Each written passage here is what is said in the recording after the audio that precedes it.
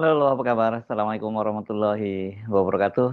Senang sekali saya sebenarnya Arif bisa kembali terus menjumpai Anda semua. Akhirnya Wakil Presiden Gibran Rakabuming Raka buka suara soal rame-rame parpol koalisi pemerintah mendukung pencalonan kembali Presiden Prabowo pada Pilpres 2029, tapi nama Gibran tidak disebut. Bahkan ada yang terang-terangan seperti PAN yang menyatakan tidak akan mencalonkan Gibran kembali berpasangan dengan Prabowo. Nah, yang menarik itu bukan soal partai-partai itu. Ada yang menyebut nama Prabowo tapi tidak menyebut Gibran, ada yang terbuka menyebut hanya Prabowo tapi tidak berpasangan dengan Gibran. Bukan soal itu yang saya ingin bahas kali ini, tapi soal respon dari Gibran. Gibran itu meresponnya seperti ini. Ini saya bacanya di kantor berita Antara hari Jumat kemarin, 6 Februari 2026. Sebagai pembantu presiden, saya memiliki tanggung jawab untuk mengawal serta memastikan pelaksanaan program dan visi Bapak Presiden berjalan dengan baik. Saya penasaran, benarkah itu kutipan yang verbatim gitu, yang benar itu adalah ucapannya Gibran? Ternyata kalau saya kemudian googling-googling, saya menemukan kutipan yang sama di sejumlah media. Jadi bukan hanya Antara, atau jangan-jangan ini tulisan kutipan dari Antara yang kemudian dikutip oleh media-media lain. Jadi memang dia betul menyebutkan dirinya sebagai pembantu presiden. Ternyata ini ketika saya googling tadi, saya malah menemukan artikel di kompas.com yang menyoroti soal itu. Ini artikelnya tanggal 10 Juli 2025. Ini judulnya Kala Gibran berkali-kali tegaskan dirinya pembantu presiden. Jadi kalimat ini sendiri rupanya sudah dicermati oleh wartawan, setidaknya oleh wartawan Kompas gitu ya. Artikelnya bunyinya begini, Wakil Presiden RI Gibran Rakabuming Raka sempat beberapa kali menyebut dirinya adalah pembantu presiden pada rangkaian kunjungan kerjanya ke Sleman di Yogyakarta dan Klaten di Jawa Tengah. Berdasarkan catatan kompas.com, setidaknya ada 5 kali kata-kata pembantu Presiden Republik Indonesia itu diutarakan Gibran dalam berbagai kesempatan. Pada saat melakukan kegiatan panen tebu di kawasan pangan Landasan Udara Adi Sucipto tanggal 8 Juli 2025. Gibran menyatakan dia menyampaikan pidatonya pada waktu itu. Jadi kalau pidato ini kutipan langsung ya, bukan dari rilis ya. Kami sebagai pembantu Presiden ingin memastikan program-program visi-visi dari Pak Presiden bisa berjalan dengan baik. Salah satunya pertanian swasembada pangan. Itu Gibran pidatonya di hadapan para petani tebu dan pejabat daerah setempat. Bukan hanya sekali, ex-wali kota Solo itu turut menekankan hal yang sama saat memberikan keterangan pers kepada awak media usai melakukan panen tebu dan juga di retreat Hambalang. Sebagai pembantu presiden, kita ingin memastikan program-program beliau, terutama untuk pertanian, swasembada pangan ini bisa berjalan dengan baik. Itu kata dia kepada media. Sementara itu dalam kunjungan kerja di Klaten, Jawa Tengah, pada 9 Juli 2025, dia menekankan hal serupa. Tercatat Gibran itu 3 kali menegaskan dirinya sebagai pembantu presiden saat merespon soal adanya penugasan agar wakil presiden berkantor di Papua. Kalimat ini sekilas terdengar normatif, bahkan terkesan ini mungkin kalau orang yang ini mencoba lebih positive thinking melihatnya ini Gibran ini rendah hati ya, karena dia menyebut dirinya itu hanya sebagai pembantunya Pak Prabowo. Tetapi karena itu diulang berkali-kali dalam kesempatan berbeda, ya ini tidak bisa lagi dipandang sebagai sikap rendah hati atau bahkan salah ucap. Yang jadi pertanyaan, apakah Gibran itu tidak paham perbedaan kata membantu dengan pembantu? Dan yang lebih serius lagi, apakah Gibran tidak paham bunyi konstitusi? Sehingga dengan begitu dia juga tidak paham kedudukan dia, tugas dan fungsinya sebagai wakil presiden.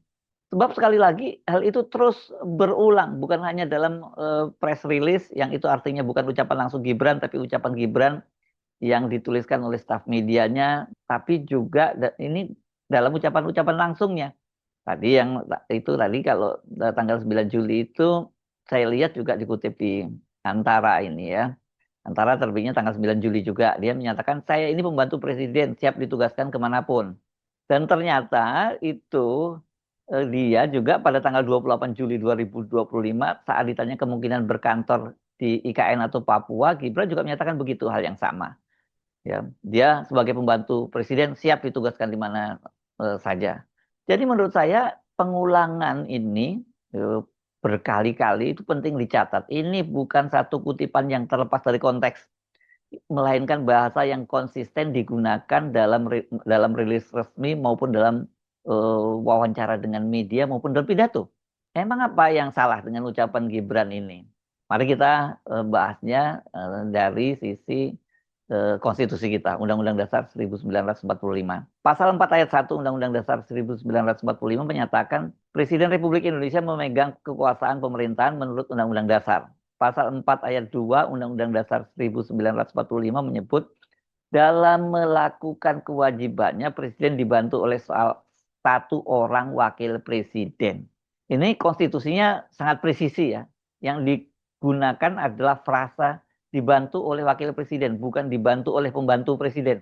Ya, kan gitu ya, karena Gibran kan dia menyatakan dia sebagai pembantu. Jadi dibantu oleh pembantu. Perbedaan ini bukan soal rasa bahasa, ini melainkan soal arsitektur kekuasaan. Pasal 6A ayat 1 Undang-Undang Dasar 1945 itu menegaskan, Presiden dan Wakil Presiden dipilih dalam satu pasangan secara langsung oleh rakyat. Artinya Presiden dan Wakil Presiden memiliki legitimasi elektoral yang setara karena sama-sama dipilih rakyat, bukan diangkat. Beda dengan kalau Filipina misalnya itu pemilihannya berbeda ya antara Presiden dengan Wakil Presiden. Dalam pasal 8 ayat 1 Undang-Undang Dasar 1945 bahkan memberi mandat yang sangat kuat.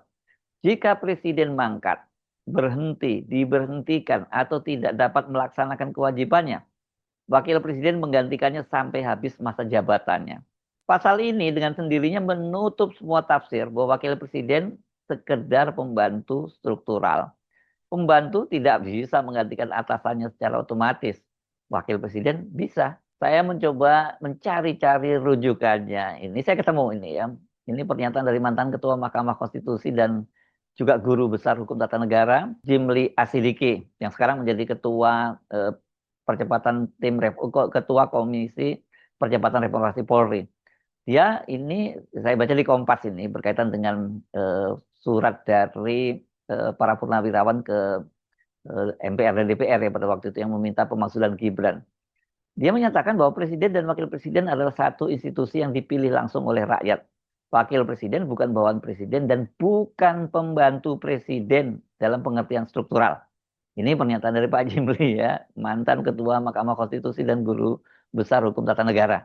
Pernyataan Jimli Asidiki ini penting karena dia berbicara bukan sebagai politisi, melainkan sebagai arsitek pemikiran konstitusi pasca reformasi.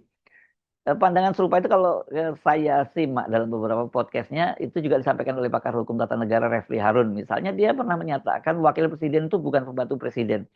Dia adalah pejabat konstitusional yang dipilih langsung oleh rakyat dan memiliki legitimasi sendiri. Nah, kalau Pak Mahfud MD ini menarik ya. Ini dia menyampaikannya itu pendapatnya ketika dia berkampanye dalam rangkaian Pilpres 2024 dia menjadi calon wakil presiden dari Ganjar Pranowo. Menteri itu pembantu presiden, wakil presiden bukan menteri, dan wakil presiden itu jabatan konstitusional. Dan Mahfud juga menyebutkan bahwa Wapres itu bukan ban serep. Wapres boleh diberi tugas atau minta penugasan dari presiden gitu. Dan nanti pertanggungjawabannya kepada presiden gitu. Tapi beda sekali dengan menteri yang jelas disebut sebagai pembantu. Dengan kata lain tidak ada perdebatan di kalangan para pakar ahli hukum tata negara itu soal posisi wakil presiden itu sudah sangat terang benderang dalam konstitusi.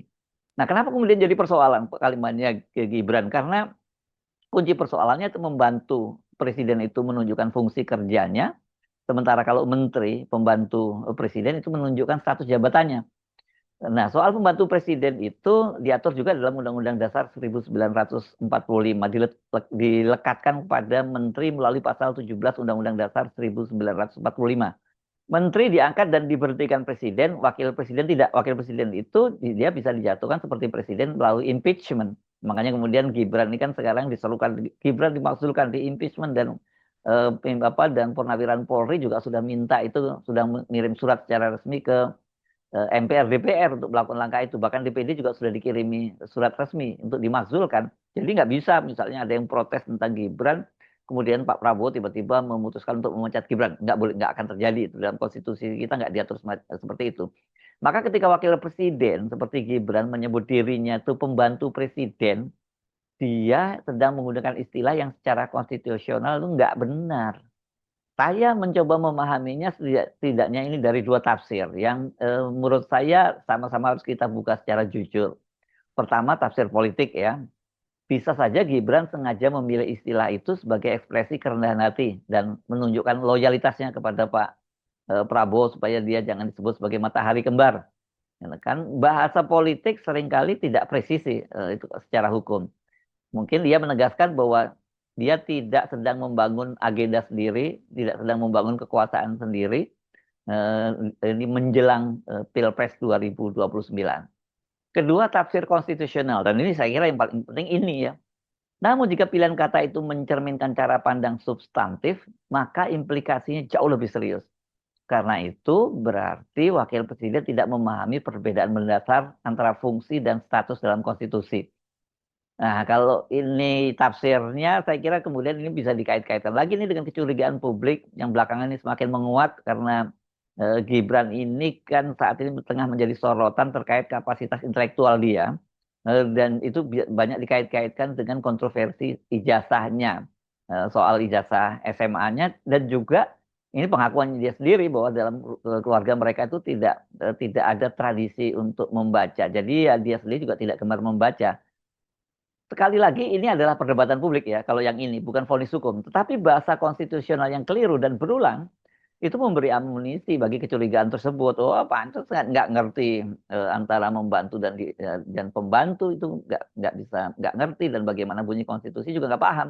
Dan ini menjadi lebih problematis lagi kalau pernyataan-pernyataan ini ternyata ini bukan omongan spontan melainkan juga keterangan resmi yang kita bisa duga itu disiapkan oleh stafnya. Jika demikian masalahnya bukan hanya pada wakil presiden, tapi juga pada kantor wakil presiden, sebuah institusi negara yang seharusnya paling paham bahasa konstitusi. Ini persoalan konstitusi itu bahaya loh ya. Apa karena Gibran ini disebut anak haram konstitusi, makanya dia ogah kalau gitu karena gue udah disebut oleh netizen sebagai anak haram konstitusi. Lebih baik gue nggak baca sekalian konstitusi, jangan-jangan begitu. Kesalahan memilih kata mungkin terdengar sepele. Karena ada orang yang punya dialek-dialek yang kayak Pak Harto misalnya. Idiolek ya kalau pribadi perorangan itu ya. Pak Harto kan sering semangkin gitu ya. Itu kan sering seperti itu atau daripada dan sebagainya. Itu kan banyak yang khas. Tapi tidak mengubah secara substansinya ya. Ini kan kalau membantu dan pembantu itu jelas secara substansi apalagi dikaitkan dengan konstitusi itu berbeda. Tapi kalau daripada, nah gitu-gitu kan hanya ini cara ekonomi kata ini nggak efisien lah begitu ya. Nah, apalagi dalam negara hukum, bahasa adalah pintu pertama kekuasaan. Dari bahasa, publik belajar memahami struktur negara, dan dari bahasa, martabat jabatan itu dijaga, atau justru malah kemudian ini terkesan dilecehkan.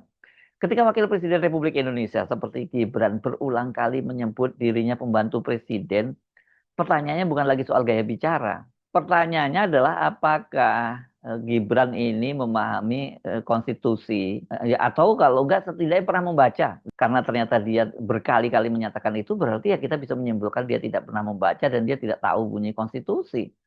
Dalam sistem presidensial, wakil presiden sekali lagi bukan pembantu. Dia adalah pemegang mandat rakyat yang suatu hari bisa dan secara konstitusi sah menggantikan presiden. Nah, bagian yang ini pasti ada banyak ngomong serem nih. Kalau kemudian sampai Gibran menggantikan Pak Prabowo di tengah jalan. Tapi kan itu urusan apa? Urusan orang per orang, urusan bangsa ini bawa merasa serem. Tapi konstitusinya memang bunyinya seperti itu. Nah, kalau soal perbedaan-perbedaan yang mendasar saja dalam soal begini, seorang wakil presiden itu termasuk pejabat tertinggi negara juga ya. Saya kira karena satu paket dengan presiden, ya ini kan sangat khawatir kita ya ini yang dipertaruhkan bukan hanya reputasi seorang wakil presiden, tapi juga ini menyangkut kualitas pendidikan konstitusi bagi seluruh bangsa. Karena ini terus berulang, ya kita kemudian patut bertanya dengan nada yang jujur, tapi ini serius ya, ini bukan olok-olok, bukan sinisme, bukan nyinyir ya. Ini yang keliru ini bahasanya, pemahamannya, atau kedua-duanya keliru sekaligus. Saya harus benar, sampai jumpa lagi. Wassalamualaikum warahmatullahi wabarakatuh.